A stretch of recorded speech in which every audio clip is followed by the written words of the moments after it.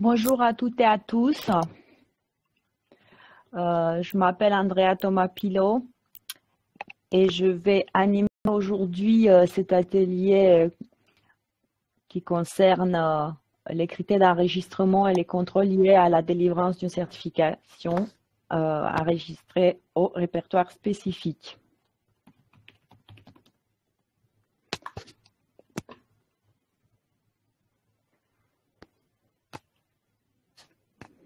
Tout d'abord, je vais vous présenter les actualités. C'est pas tout à fait une actualité, mais ça va entrer en vigueur bientôt. Enfin, c'est déjà en vigueur pour les recevabilités à partir du 1er septembre. Il s'agit de la prise en compte des situations de handicap et d'accessibilité de la conception universelle dans les référentiels. Comme vous le savez, donc il y a une note qui a été publiée depuis avril 2021, mais l'entrée en vigueur se fait à partir du 1er septembre pour les certifications, les projets de certification, les dossiers qui ont fait l'objet d'une recevabilité à partir du 1er septembre. Donc c'était important de le rappeler parce que ça fait pas longtemps que cette règle est observée pour le répertoire spécifique également, et notamment pour les spécialisations métiers ou les activités complémentaires. Par ailleurs, à mi-septembre, il y a eu un communiqué de presse de la part de France Compétences à porter surtout sur le RNCP, pour éviter que les usagers soient trompés par certaines informations qui étaient relatives aux formations préparées à des certifications reconnues par l'État. Et sinon, ça c'est un sujet qui concerne plutôt le RNCP aussi, mais c'est peut-être bien de le rappeler. France Compétences a clôturé récemment la troisième fois que nous faisons l'appel à contribution pour les métiers émergents. Et il y aura une commission spécifique qui sera dédiée au choix des métiers émergents le 16 décembre 2021. Quelques chiffres que je vais rappeler aussi bien pour le RNCP et le répertoire spécifique. En 2021, nous avons une nouvelle augmentation des demandes d'enregistrement au répertoire. Il y a 8% de plus de dossiers RNCP et 28% de dossiers RS, donc répertoire spécifique, hors renouvellement du répertoire spécifique. En moyenne, nous avons des délais de recevabilité de 14 jours et des délais d'instruction de 5 mois et 7 jours. Pour anticiper un peu vos questions, il s'agit de délais moyens. Donc, on pourra observer des délais plus importants pour le RNCP, moins importants pour le RS, sauf exception. Et surtout, il y a des différences entre les renouvellements et les nouvelles demandes. C'est-à-dire les renouvellements au RNCP ont des délais plus courts alors que les renouvellements ont des délais plus longs. Mais ces délais que on vous présente de 5 mois et 7 jours sont des délais moyens. Et ce sont des délais qui sont constatés à partir de la date de recevabilité.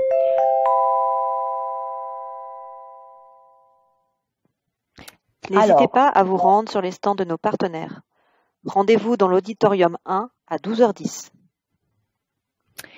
Concernant les chiffres, vous pouvez remarquer qu'il y a quand même une augmentation très importante parce que en 2020, nous avions au global 2935 dossiers, alors qu'aujourd'hui, à date, donc 20 septembre plutôt, nous sommes déjà à 2636 dossiers, dont 1838 qui concernent le répertoire spécifique.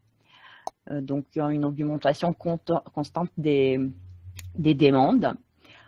Et nous avons quand même réussi à garder des délais d'instruction malgré tout constants. Il y a une mobilisation importante des équipes de la direction de certification professionnelle. Dans ce contexte-là, donc, nous avons une nouvelle organisation et de la direction de certification professionnelle. Je ne vais pas détailler tous les compositions, vous les avez à l'écran, mais en 2 mots, il y a le directeur de la certification professionnelle, Michael Charby, et nous sommes aujourd'hui 2 responsables des services, moi-même pour le répertoire spécifique et les sujets transversaux et le contrôle, et Goulven Droumaguet pour le service RNCP qui couvre également l'enregistrement de droit et les métiers émergents.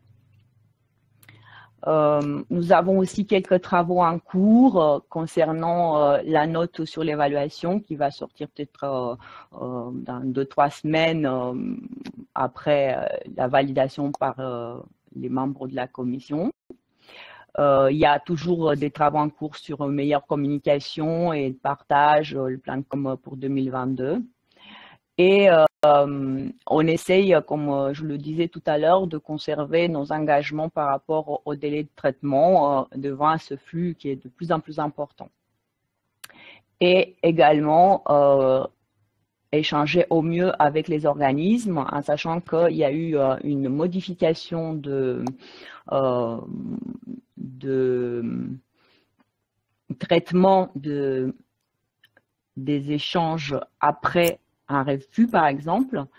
Au jour d'aujourd'hui, les organismes sont informés dès l'attribution d'un dossier à un instructeur et peuvent les contacter, ce qui n'était pas le cas tout au début. Et dans ce contexte-là, que ça soit une décision, par exemple, d'une durée limitée ou une décision de refus, vous avez toujours la possibilité, les organismes certificateurs ou les organismes qui ont déposé des demandes d'enregistrement ont toujours la possibilité de contacter les instructeurs pour avoir un débriefing après une décision, quelle que soit sa nature. Là, il y a un petit rappel des outils, mais que vous connaissez déjà parce qu'ils sont en place depuis 1 an, pile poil. Donc, vous avez le guide méthodologique du répertoire spécifique et vous avez la demande d'enregistrement au répertoire national, tout le process dont je vous ai parlé d'une partie tout à l'heure. Donc, nous avons l'examen de la recevabilité, nous avons l'affectation à un instructeur, nous avons après la programmation pour la délibération de la commission qui a été précédée d'une instruction et la notification de la décision qui peut être, en cas de refus, vous avez un courrier personnalisé. En cas de décision, il y a une publication des décisions sur le site de France Compétences qui suit la commission et la signature des décisions par le vecteur général de France Compétences. Donc, cette publication se fait assez rapidement. Donc, c'est à 2-3 jours après la commission. Les notifications prennent plus de temps puisqu'elles sont nombreuses. Donc, nous traitons vraiment beaucoup de dossiers. La dernière commission, nous avons eu 333 dossiers. Donc, ça prend du temps pour justifier chaque décision s'il s'agit d'une décision de refus, par exemple. Maintenant, on va entrer dans le vif du sujet sur l'enregistrement des répertoires aux répertoires nationaux des demandes pour le répertoire spécifique. Il y a plusieurs types de demandes, comme vous le savez. Il y a les demandes au RNCP, il y a les demandes pour le répertoire spécifique, et il y a les enregistrements de droit qui ne sont pas tout à fait des demandes, mais font aussi l'objet d'une validation par nos services pour s'assurer que cela respecte les attendus en termes de présentation de des référentiels et de la conformité avec les informations qui sont attendues dans une fiche. Pour le répertoire spécifique, vous savez qu'il s'agit plutôt de certification et d'habilitation des compétences professionnelles complémentaires aux certifications professionnelles et que ces certifications peuvent être délivrées par des ministères ou des organismes certificateurs qui les ont créés. Donc, vous voyez, il y a le ministère peuvent avoir des enregistrements de droit, mais peuvent également avoir des enregistrements sur demande. Donc, il peut y avoir 3 types de certifications et habilitations concernées. Donc, les habilitations et certifications qui découlent d'une obligation légale et réglementaire, par exemple les habilitations électriques, CACES, etc., et qui sont nécessaires pour l'exercice d'un métier ou d'une activité professionnelle. Il y a les certifications des compétences transversales qui sont mobilisables dans différentes situations professionnelles. Par exemple, gestion de conflits, gestion de projets, toutes les certifications sur le management agile, ce type de certification. Et bien que ça soit constitué des ensembles homogènes et cohérents de compétences qui sont indépendants d'un contexte particulier, un contexte professionnel particulier, ces compétences sont quand même indispensables à l'exercice de nombreux métiers. Et enfin, il y a les certifications de compétences complémentaires à un métier qui sont relatives à des techniques et des méthodes appliquées à un métier. Ça peut être des spécialisations en médecine, ça peut être par exemple la voix off pour les intermittents du spectacle, les comédiens, acteurs, voilà. Pour les dossiers répertoires spécifiques, il y a 6 critères d'enregistrement. Il y en a 4 qui sont obligatoires, hein, sachant que le 4e qui concerne les contrats légaux et réglementaires ne sont pas applicables à absolument toutes les certifications. Ça dépend s'il s'agit d'activités qui ont une réglementation ou pas, ou qui sont adossées à des métiers réglementés, parce que il y a deux niveaux. Les critères 5 et 6, c'est des critères qui sont facultatifs. Pour commencer à réfléchir à la création d'une certification, il faut se poser, avant d'aller dans l'étude des critères qui sont énoncés par la loi, il faut se poser ce qu'on appelle, nous, critère 0. Il faut se poser la question sur le critère 0. Est-ce que mon projet est-il une action de formation certifiante? Est-ce que ce n'est pas une simple formation? Et parce que la formation doit mener à une certification, ne doit pas être ni une information de sensibilisation, ni de préparation à un concours, ni un entraînement, ni un bilan, ni des mises à niveau, ni du développement personnel. Donc, ça doit aboutir à la délivrance d'un diplôme, d'un certificat, d'un document qui atteste les compétences, l'acquisition des compétences. Et surtout, il doit s'agir d'une attestation par un jury de ces compétences. Donc, ça doit être sanctionné par une certification du RS ou par un bloc de compétences ou pour le RNCP, une certification professionnelle du RNCP. Et donc, ça doit être une certification doit apporter des effets réels et immédiats et mesurables et durables parce que l'objectif premier, c'est la professionnalisation. Et donc, pour commencer à réfléchir au projet de création d'une certification, il faut analyser sa capacité à construire et à mettre en œuvre un parcours certifiant. Donc, se dire quels sont les moyens et les ressources disponibles pour mener à bien un projet, quel est le temps dont vous allez disposer pour conduire, par exemple, une étude d'opportunité, pour effectuer des enquêtes, élaborer des référentiels. Est-ce que vous avez des moyens pour assurer aussi ce qu'on appelle le SAV, l'organisation du jury, les archivages, les suivis de titulaires? Et est-ce que vous avez les moyens de faire appel à un prestataire pour vous accompagner ou est-ce que vous allez pouvoir porter tout seul cette démarche?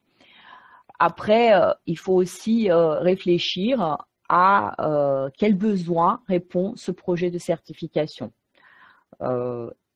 qu'est-ce qui est exprimé par le secteur que vous visez. Est-ce qu'il y a des études, des offres d'emploi?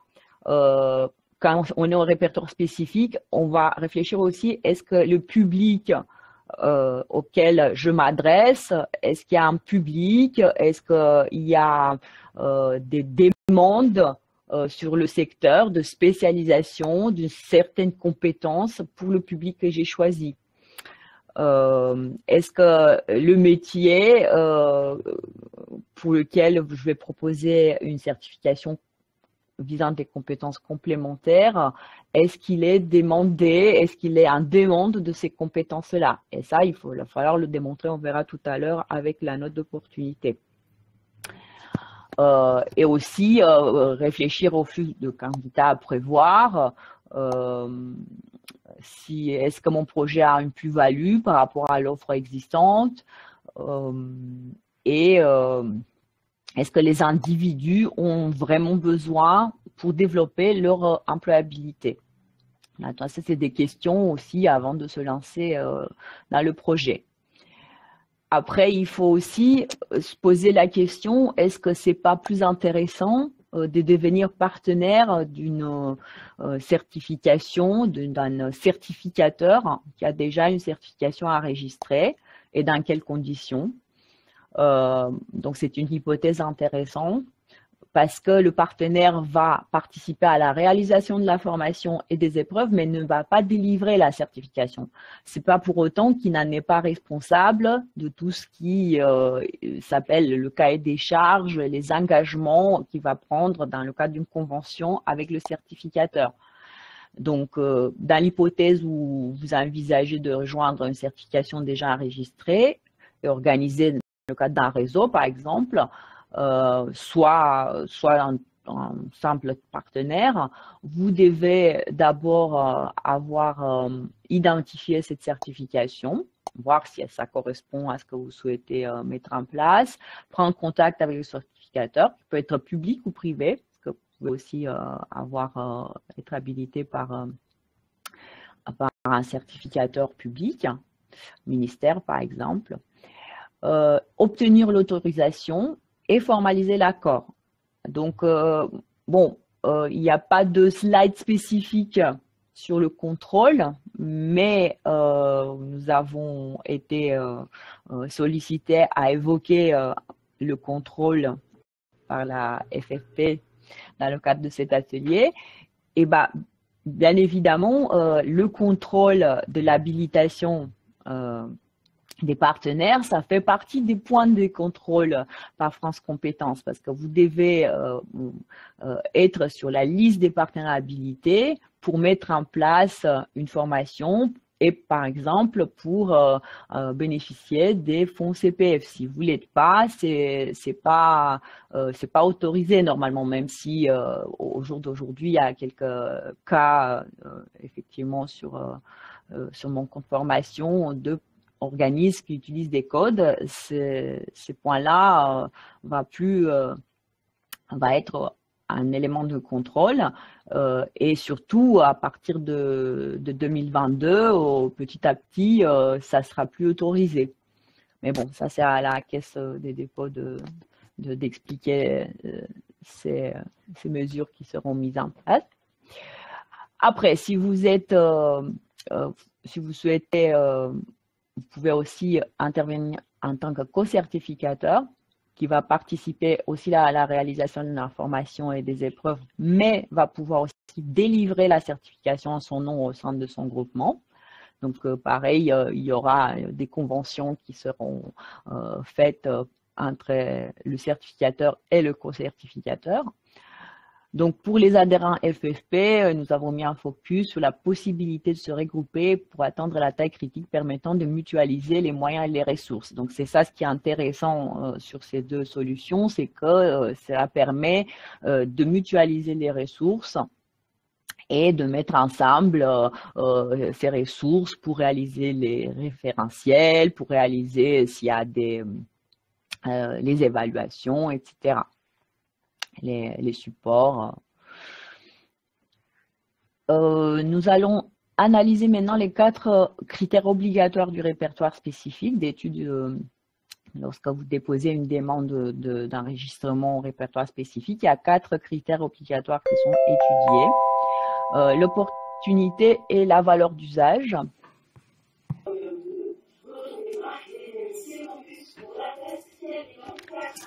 L'opportunité du projet de certification.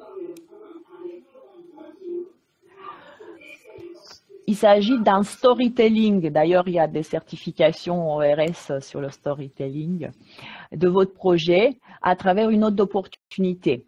C'est un document qui est important, surtout si c'est une première demande. C'est important aussi pour les renouvellements, mais une première demande doit être très, très, très aboutie sur ce document-là parce qu'il faudra démontrer les besoins de compétences sur le marché de travail.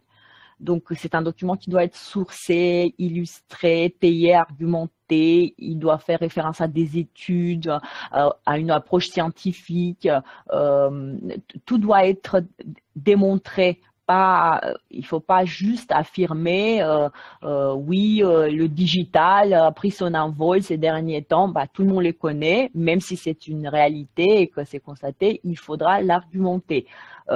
Après, il faudra aussi que ça soit en lien avec votre projet de certification, puisque parfois, par exemple, nous avons des demandes sur la prothésie angulaire et parfois nous avons des notes d'opportunité qui portent sur l'esthétique, le domaine de l'esthétique, le secteur de l'esthétique, les instituts, mais sans qu'il y ait un ciblage sur ce qui est visé par le projet.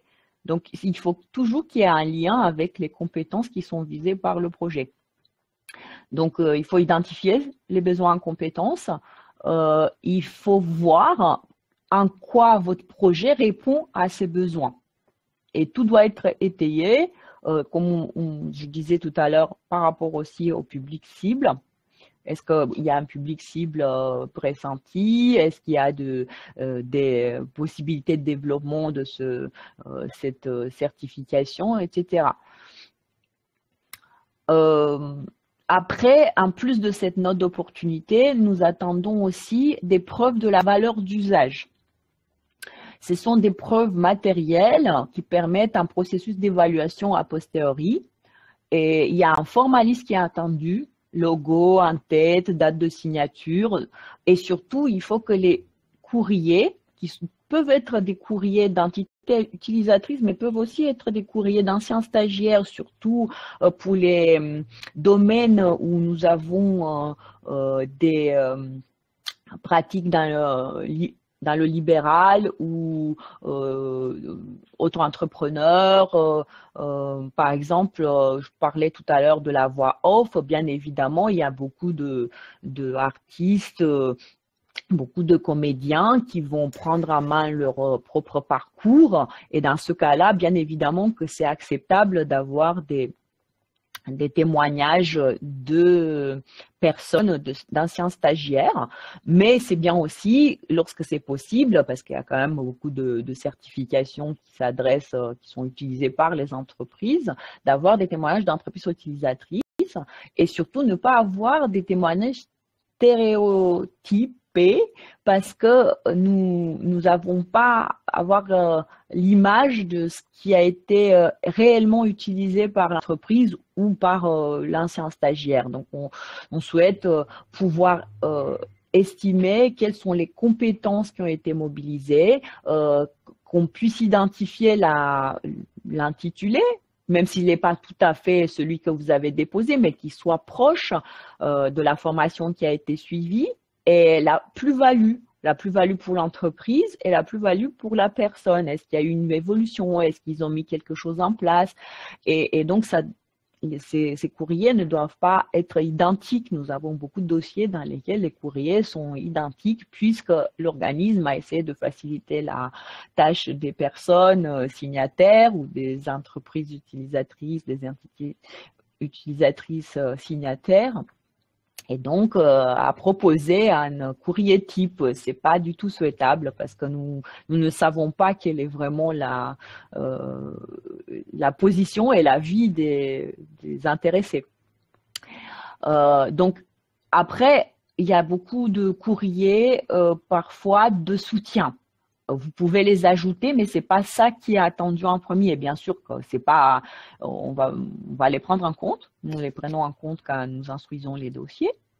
Mais c'est pas principalement ce type de courrier qui est attendu. Donc c'est pas un parrainage, c'est pas un sponsoring, c'est pas des soutiens.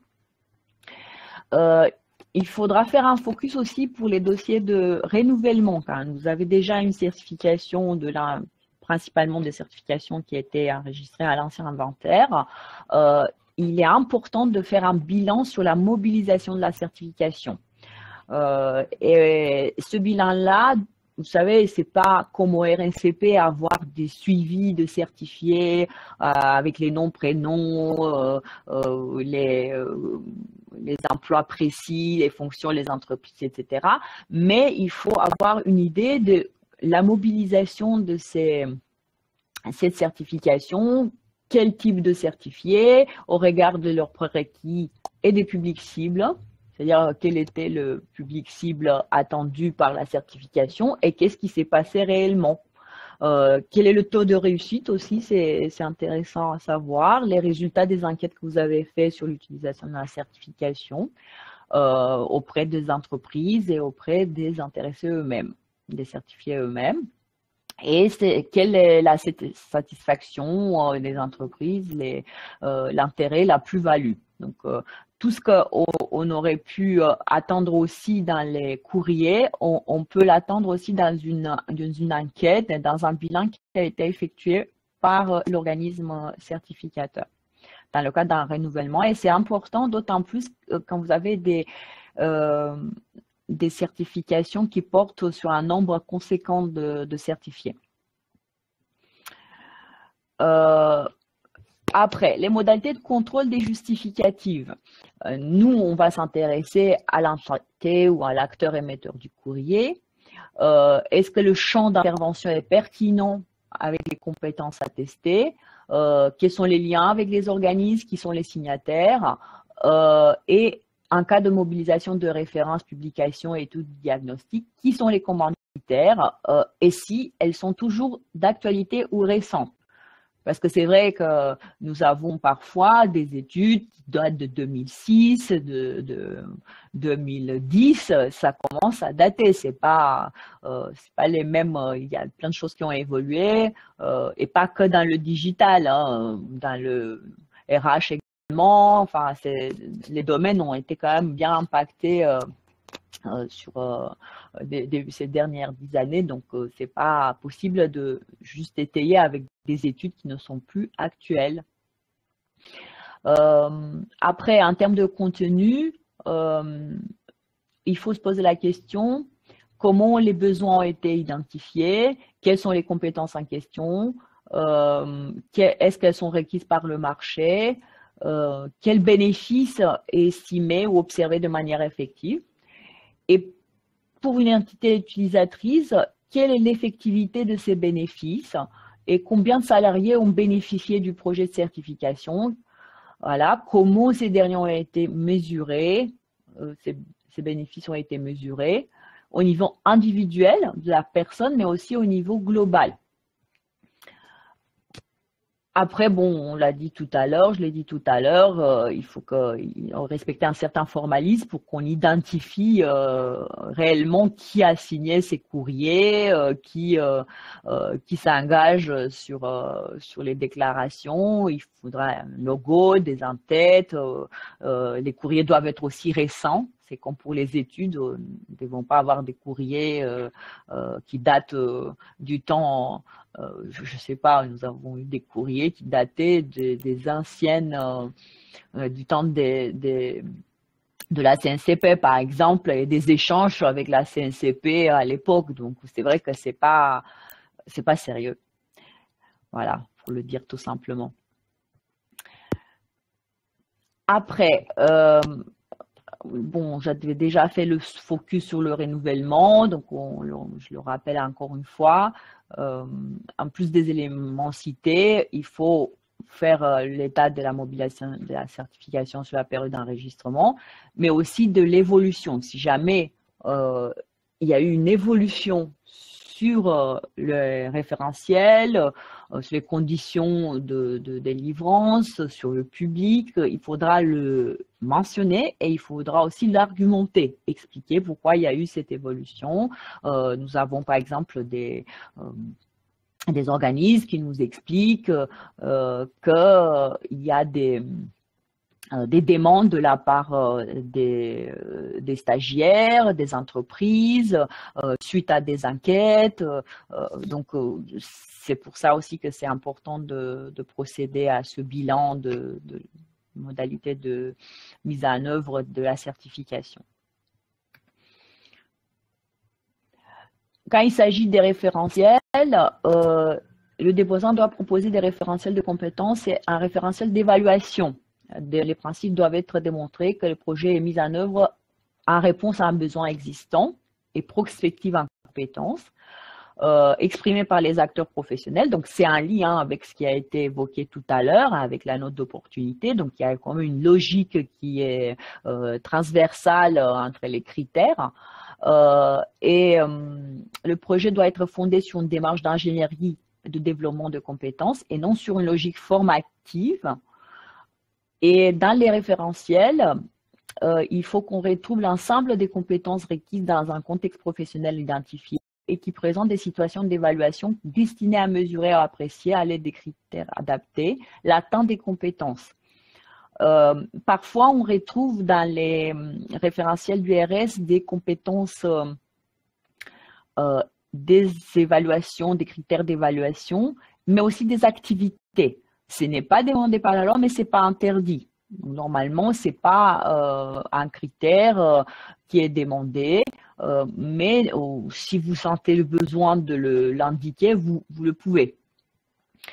En termes de critères, il faut qu'ils soient observables, donc pas pertinence de. Pertinence de, comment j'évalue cette pertinence? Il faut toujours se poser la question comment un jury pourra évaluer une compétence. Les modalités d'évaluation, pareil, doivent être concrètes, pas juste étude de cas. Il faut expliquer en quoi consiste l'étude de cas. Et bien évidemment, et s'agissant de compétences professionnelles, il faut plutôt être dans des démarches plus actives, c'est-à-dire une mise en situation. C'est plus parlant que une épreuve écrite. Après, ça dépend aussi de l'objet de votre certification. Je pense que ça, c'est une définition que vous avez déjà lue et entendue. Nous avons donné un exemple de comment définir une compétence, verbe d'action, comment, à qui, pourquoi, la finalité. Il faut juste savoir qu'il ne faut pas se laisser piéger par le formalisme, parce que nous avons des dossiers dans lesquels nous avons tout ce que je viens d'énoncer, mais la compétence, ce n'est pas pour autant qu'elle est compréhensible. C'est-à-dire que c'est délivrer des conseils à des bénéficiaires afin de permettre la réalisation du projet. Vous voyez, il y a à peu près tout, mais ça ne veut rien dire. Donc, il faut vraiment que ça soit rédigé avec un certain formalisme et que la compétence en elle-même puisse permettre de comprendre de quoi il s'agit. Donc là, on parle dans l'exemple du dossier, des organismes, du répertoire spécifique et de la rédaction du guide de France Compétences. Donc on comprend de quoi il s'agit. Mais quand on lit une compétence et qu'on n'a pas compris l'objet même de cette compétence, bien qu'elle soit rédigée avec verbe d'action, etc., ce n'est pas ce qui répond aux attentes. Bon, après, là, il y a quelques exemples. Voilà, il ne faut pas que ça soit exprimé en termes de savoir, maîtrise, ou juste comme une liste de programmes de formation. Là, vous avez deux exemples en vert qui répondent un petit peu plus aux attentes. Vous avez ici un modèle de référentiel, en sachant que tout au début, il n'y avait pas de modèle imposé, mais ça, c'est ce qu'on préconise pour le répertoire spécifique. Il n'est pas téléchargeable, vous pouvez le retrouver dans le guide du répertoire spécifique. Concernant la qualité, le critère 3, c'est un critère qui a plusieurs aspects. Il faut voir quels sont les moyens mis en œuvre pour faire évoluer le dispositif afin qu'il soit en phase avec les besoins du marché du travail. Comment il a prévu le déposant de garantir la fiabilité et le respect des référentiels et d'évaluation, surtout dans la mise en œuvre, et assurer surtout une équité de traitement de tous les candidats. Et il faut aussi que le déposant soit garant de la qualité et de la transparence des informations fournies à propos de la certification sur tous les supports de communication. Et ça aussi, c'est un élément qui peut être un élément de contrôle. C'est-à-dire que le site Internet doit être cohérent avec ce qui a été prévu, dès que votre dossier a été enregistré et qu'il y a des éléments qui figurent sous la fiche RS, il faut que ces éléments-là se retrouvent aussi bien sur le site, sur les communications, sur les plaquettes, ou même si c'est plus détaillé, que ça ne soit pas incohérent avec ce qui est prévu sur la fiche. Bien évidemment que vous avez les compétences et après vous avez les programmes de formation, mais il ne faut pas qu'il y ait des incohérences. Parce que si on trouve aussi bien auprès de vos partenaires. Donc ça, c'est important de maîtriser aussi la façon dont les partenaires vont élaborer la communication, vont réaliser les évaluations, etc. Et j'ai fait un petit focus sur le renouvellement parce qu'on est en plein dedans en ce moment. Il faut fournir aussi les dispositions spécifiques qui sont relatives au contrôle des épreuves d'évaluation et notamment les dispositions relatives à la prévention de la lutte contre la fraude aux examens.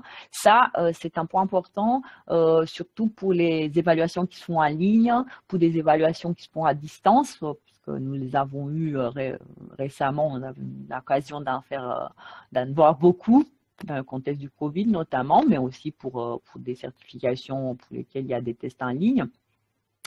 Quand il s'agit des partenaires, devront être fournis les modèles de conventionnement et les cahiers des charges. Ça, on le demande aussi en première demande, mais d'autant plus en renouvellement, nous avons besoin de vérifier quelles sont les responsabilités de chaque partie et aussi leur mise en place, c'est-à-dire leur mise en œuvre et la maîtrise du processus d'évaluation. C'est-à-dire, est-ce que vous faites des audits en tant que certificateur, est-ce que vous avez eu des conclusions à ces audits et vous avez mis en place des plans d'action, des mesures en cas de manquement constaté? Nous avons eu des certificateurs qui nous ont prouvé que suite à des audits, ils ont retiré par exemple l'habilitation des partenaires. Et ça montre aussi le sérieux de l'organisme certificateur en question. Voilà. Quand il s'agit de la prise en compte des contraintes légales et réglementaires, nous avons des dossiers, mais ce n'est pas tous les dossiers, qui concernent des activités qui relèvent d'une réglementation. Et il faudra, dans ce cas-là, voir de quelle manière vous avez pris en compte cette réglementation d'activité, par exemple dans les modalités d'évaluation ou dans les prérequis demandés à l'entrée dans le dispositif de certification. Et selon le projet visé, l'adéquation notamment dans le référentiel des compétences en lien avec la sécurité au travail du consommateur, sanitaire, etc. Il faudra aussi s'assurer que les évaluations et les sessions de validation sont conformes à la réglementation qui en fixe les attendus et les modalités. Il y a donc deux cas de figure. Il y a la réglementation qui doit être respectée pour entrer, par exemple, pour faire une certification, mais aussi pour pouvoir être candidat à une certification qui est complémentaire à un métier réglementé. Si par exemple ces certifications s'adressent à des infirmiers ou à des éducateurs sportifs, il va falloir que le public concerné et des diplômes qui leur permettent d'exercer en tant qu'infirmier et éducateur sportif. Après, il y a des subtilités parce que, par exemple, pour le Pilate, pas n'importe quel éducateur sportif qui a un diplôme validé par le Code du sport pourra exercer en tant qu'éducateur sportif qui met en place du Pilate parce qu'il faudra qu'il soit spécialisé dans le fitness. Mais voilà, il y a une réflexion à avoir sur ces éléments-là. Voilà, donc j'ai fini la présentation. Il nous reste que 5 minutes seulement, si vous avez des questions.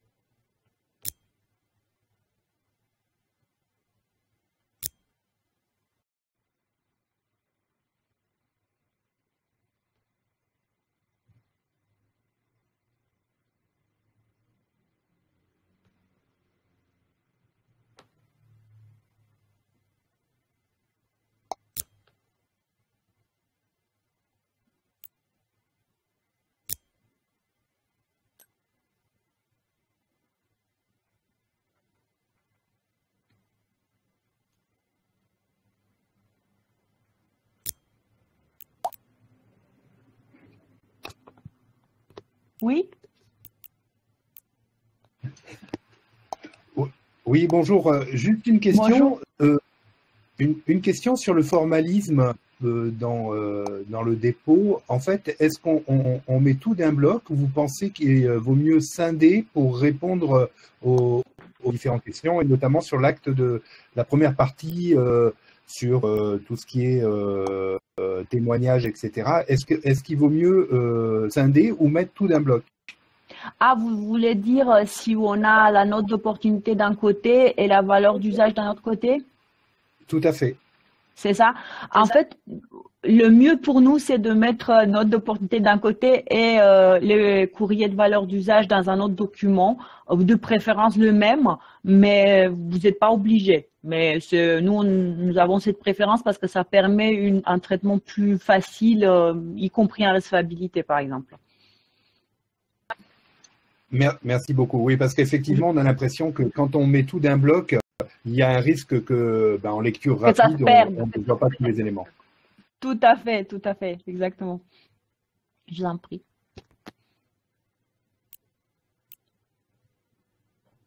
Quelqu'un d'autre?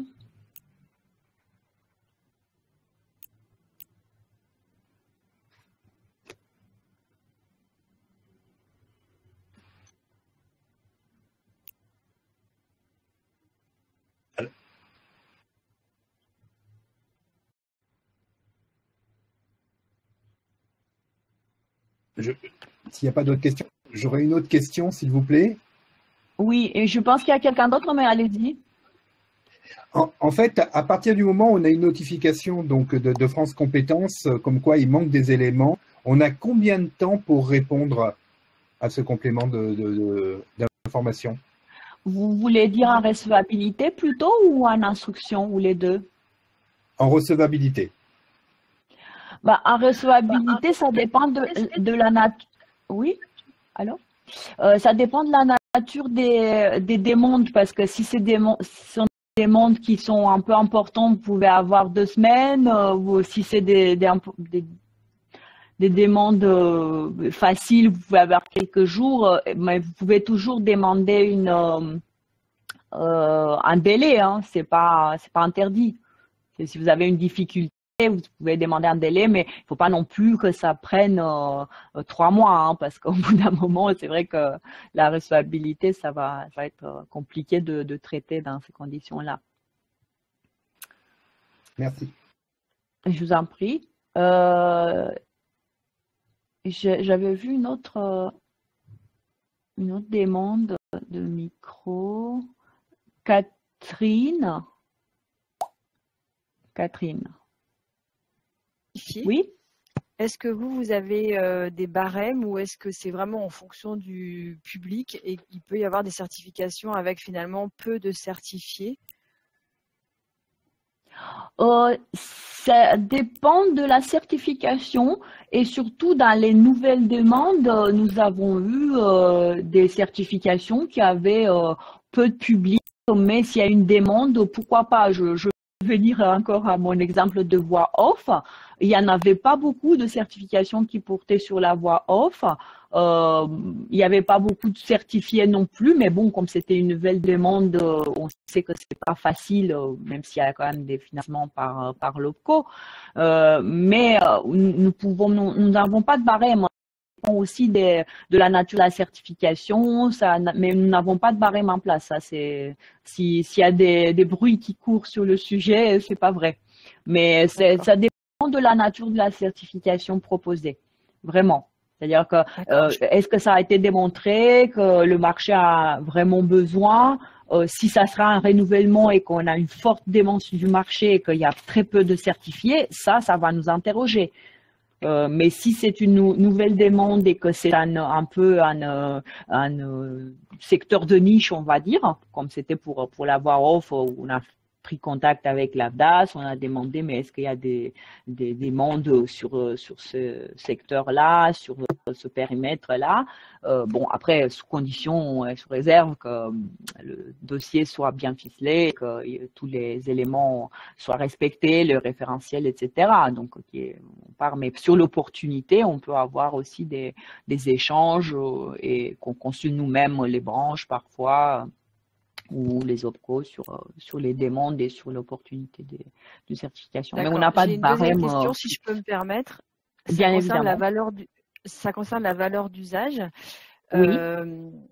En fait, la question que je me pose, c'est comment on fait pour produire des éléments de valeur d'usage quand on crée ex nihilo une certification, puisque finalement les gens n'ont pas comme en RNCP, on n'a pas déjà de cohorte, on démarre en fait. Donc on peut pas avoir effectivement de retour de stagiaires. On peut éventuellement avoir des entreprises qui émettent le besoin mais théorique. Donc qu'est-ce que vous attendez vraiment là sur la valeur d'usage pour une certification qui n'a pas encore démarré en fait? En fait, normalement, une certification doit avoir une formation à minima. Une certification, non, parce qu'elle sera certifiante quand ça sera enregistré au RS. Mais il faut que la formation ait démarré, bien évidemment, y compris sur une séance de test, etc. Il faut qu'elle ait démarré. Sinon, elle n'est pas en place. On attend que ça soit déjà en place. C'est pour ça que j'avais dit tout à l'heure qu'on sera un petit peu moins exigeant peut-être en termes de nombre de certifiés, enfin nombre d'usagers, on va dire, parce qu'on va jouer sur les mots. Et on va demander peut-être moins de témoignages et on va être moins exigeant, mais on peut pas avoir. Ça peut arriver s'il y a un soutien particulier, je sais pas moi, d'une branche ou que ça soit vraiment très fortement recommandé de mettre en place ou qu'il y ait une réglementation, par exemple au départ quand il y a eu la réglementation RGPD, comme il y a eu un besoin très très fort de compétences pour les DPO et que c'était quelque chose qui était entre les deux. Vous avez maintenant c'est un métier considéré émergent, donc on peut l'enregistrer au RNCP, mais au départ c'était pas encore sorti comme sur la liste de métiers émergents et ça pouvait passer aussi aux références spécifiques. On a aujourd'hui les deux, parce qu'il y a des personnes qui exercent en tant que délégués à la protection de données en complément de leur poste par ailleurs, et d'autres qui sont à temps plein sur des grands groupes, le DPO, il y a même des services dédiés avec un chef de service, etc. Ça dépend des contextes.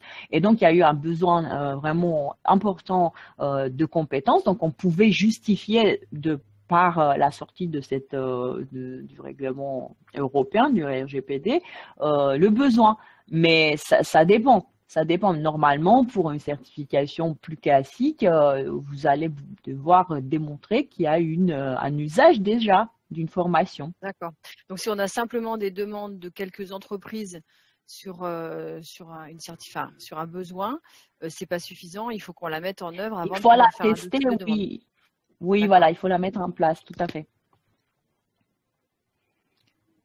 Bon, j'ai dépassé un petit peu la durée de l'atelier. S'il y a d'autres questions, par contre.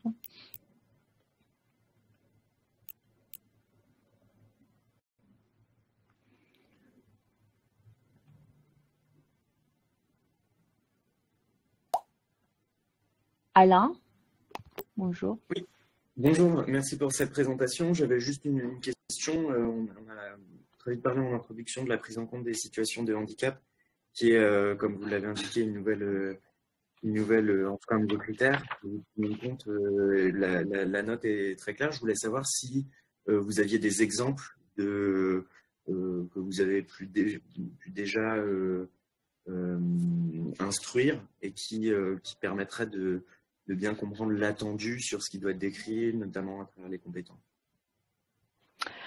En fait, je peux vous dire que c'est une exigence qui est assez récente parce qu'on l'a mis en place déjà en recevabilité qu'à partir du 1er septembre et les dossiers qui sont en recevabilité à partir du 1er septembre ne sont pas encore instruits.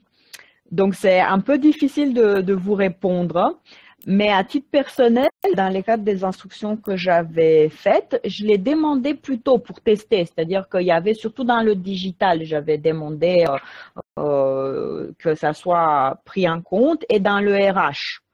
Et en fait, c'est vrai c'est assez difficile parce que il faut quand même repenser la certification. Et que les certificateurs, même s'ils avaient de la bonne volonté pour l'intégrer, ils avaient un peu de mal à le faire parce qu'il fallait repenser toute la certification dans sa globalité. Nous, on a donné dans la note qu'on avait rédigée, on avait donné l'exemple du UX designer. Et donc, c'est vraiment intégré dans le référentiel de compétences une expérience utilisateur qui s'associe à la conception universelle, à l'utilisation universelle. Donc du coup, c'est vrai que c'est pas simple parce qu'on va dire oui, il faut que vous fassiez ça, mais est-ce que l'organisme il est vraiment outillé pour le faire, outillé pour même faire évoluer le métier de manière à ce qu'ils prennent cela en compte, c'est pas facile. Après, il y a aussi, qu'est-ce que j'avais vu dans d'autres dossiers, par exemple, ce qu'ils peuvent mettre, ils peuvent mettre sur du RH ou même sur du management, parce qu'il y a des dossiers où il y a des volets management, prise en compte de des personnes qui ont des situations de handicap et intégration, mettre en place des procédures pour les intégrer. Donc, ça peut être décliné aussi de plusieurs façons. Donc, il faut l'intégrer dans la compétence, mais c'est vrai que quand il s'agit juste d'une posture ou des procédures à mettre en place, c'est plus facile, alors que s'il s'agit du développement d'un logiciel, par exemple, il va falloir savoir si ça existe vraiment sur le marché. Vous avez vu, je sais pas, sur Adobe, des fois quand vous enregistrez sur un PDF, il y a accessibilité pour tous à un moment donné. Et voilà, c'est ce genre d'exemple qui peut se poser aussi sur les certifications sur le digitale. Mais c'est vrai que ça peut être applicable de manière différenciée en fonction du contexte. Voilà, ça c'est les deux exemples que j'ai pu avoir jusqu'à maintenant, en sachant que c'était pas obligatoire à l'époque et que je l'avais demandé juste pour préparer un petit peu le terrain et pour ceux qui étaient volontaires pour le faire. Voilà, je sais pas. On verra mieux dans quelques mois ce que ça donne.